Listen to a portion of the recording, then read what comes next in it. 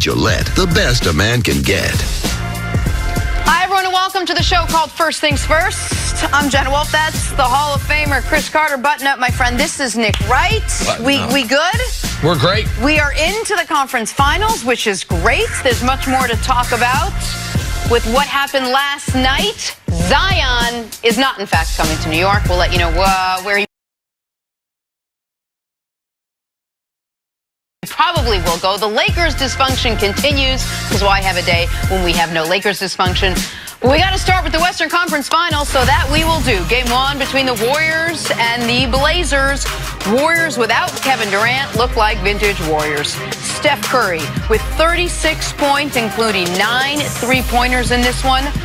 Got help from his fellow Splash brother, Klay Thompson, 26 points. Golden State takes game one with a 116-94 final win. Steve Kerr now 18-1 in game ones in the last 5 seasons.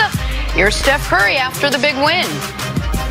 I know what I'm capable of on the floor, and the situation calls for me to be a little bit more aggressive, and hopefully that'll continue. So obviously it's nice to see the ball going. I didn't shoot the ball well for 4.5 quarters and 4.5 games, I should say, in last series, and got off to a good start tonight. So want to maintain that. Houston had some success, trapping Steph and really getting out on him. Is this sustainable for you guys to keep dropping the big so far? Did they? I can't remember. When he had 33 in the second half, were they trapping then? Yes. They were, and he scored 33 in the second half. Yeah. Okay. Yeah, we'll look at that.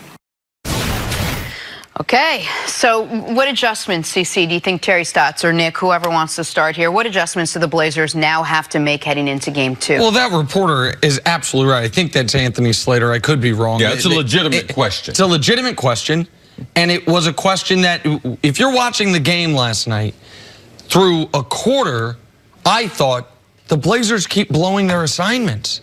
Why Enes Kanter is in there not? Why is he standing midway in the lane when there's a pick and roll for Steph? I thought it was miscommunication. Right, I thought it was blown assignments, miscommunication. But then when it happens again and again and again, you realize, wait, they're doing what they're being told to do, which is guard Steph Curry the way I would imagine he has never been guarded since his freshman year at Davidson. Never been guarded where there's a scouting report on him, which is, oh, this guy's the greatest shooter we've ever seen. And I understand Terry Stotts was frustrated, and I get the point, Steph scored 33 in the second. The Rockets' defensive game plan against the Warriors was sound, and it was because they have a ton of experience against the Warriors. They had built their team to defend the Warriors. They weren't good enough to beat them, but that's a separate question. Yeah, they did have a good plan. They had a good plan. Yes. And by the way, in that second half of Game 6 when Steph went off, he wasn't shooting practice shots. He wasn't shooting step into it at the line, just ideal shots. They were tough shots. If the Blazers do not adjust, they will not be competitive in this series. So with respect to Terry Stotts, he's 36 hours after a Game 7 win. He's raw. He's upset because they got blown out. They must adjust, and the players on the team. There was an article in The Athletic I read this morning.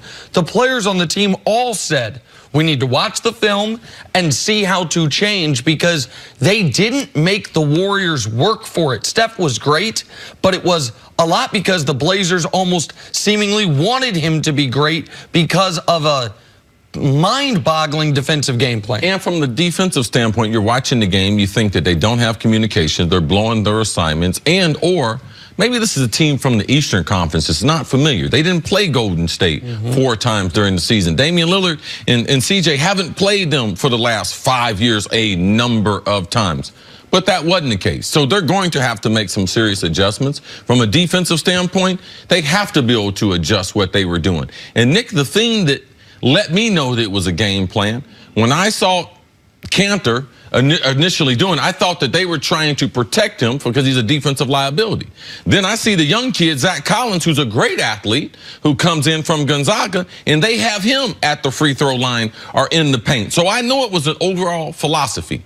Now, we can say a built-in excuse We were worried about the emotion of game number 7, them winning that on Sunday afternoon, flying to Oakland, playing the game. It was documented. They didn't practice when they got to Oakland on Monday, didn't have a shoot-around yesterday. So the first ball to go through the bucket yesterday for them was in the pregame. So to me, that was to me more than anything else, just a lack of energy. They could not get the energy where they wanted it from game number 7, because in game number 7 against Denver, there was a build-up to that from game number 1. They looked a little tired. They looked a little lack of preparation. And you cannot have a game where Damian Lillard and CJ McCollum, they shoot the ball 27 times in total of the 83 shots. From Golden State's standpoint, Klay and Steph shoot 47. They get 20 more shots than the other backcourt of Portland. So those are the adjustments that are going to happen if Portland is going to make this a series. And while the lack of shoot around, the lack of practice, to me, that can account for some of Portland's struggles on the offensive end. But the struggles on the defensive end, to me, were they lost. That's legitimate. They lost this game before the game. Because Steph Curry, how many threes he make last night? 9 of them? Well, 7 of them were what are called uncontested. Steph can make contested threes. Practice shots. Right. He can make they got threes. The ball boys and the old fat coaches guarding them. You give Steph 10 uncontested threes, and he gonna make 7 of them. He's gonna shoot 70% on uncontested threes. It was ridiculous, and all they need to do when they watch the game film is look at how Golden State was guarding them. Because Golden State guarded them with this mindset. They got 2 guys that can beat us. We are going to force anyone else to beat us. And Portland, even when one of Steph or Klay was on the bench, Jenna, even when it was Steph plus, Draymond, Quinn Cook, Kevon Looney, and Alfonso McKinney, they were still losing him. Yes. They were still losing. When it was just one of those guys plus 4 non-threats, they were still losing him. And they did the same thing when Klay was on the court with them. Absolutely right. Klay, without Durant, the biggest benefit you have is there are going to be segments of the game where the Warriors only have one real offensive threat. You have to swarm him, and if Alfonso McKinney beats you, so be it. But that wasn't it last night. What happened last night was the offense looked tired and the defense looked unprepared. There were so many things we talked about that were going to factor into this game. How they were going to deal, how the Blazers would handle not having KD in there and take advantage of it. Who would win the battle of the backcourt, which clearly went to the Warriors. If the Blazers could slow down the Warriors in this one, which clearly they did not. But it all comes down to Steph Curry, who stepped up and once again said, well, this is what I do. We don't have Kevin Durant. We're going to do old school Warriors.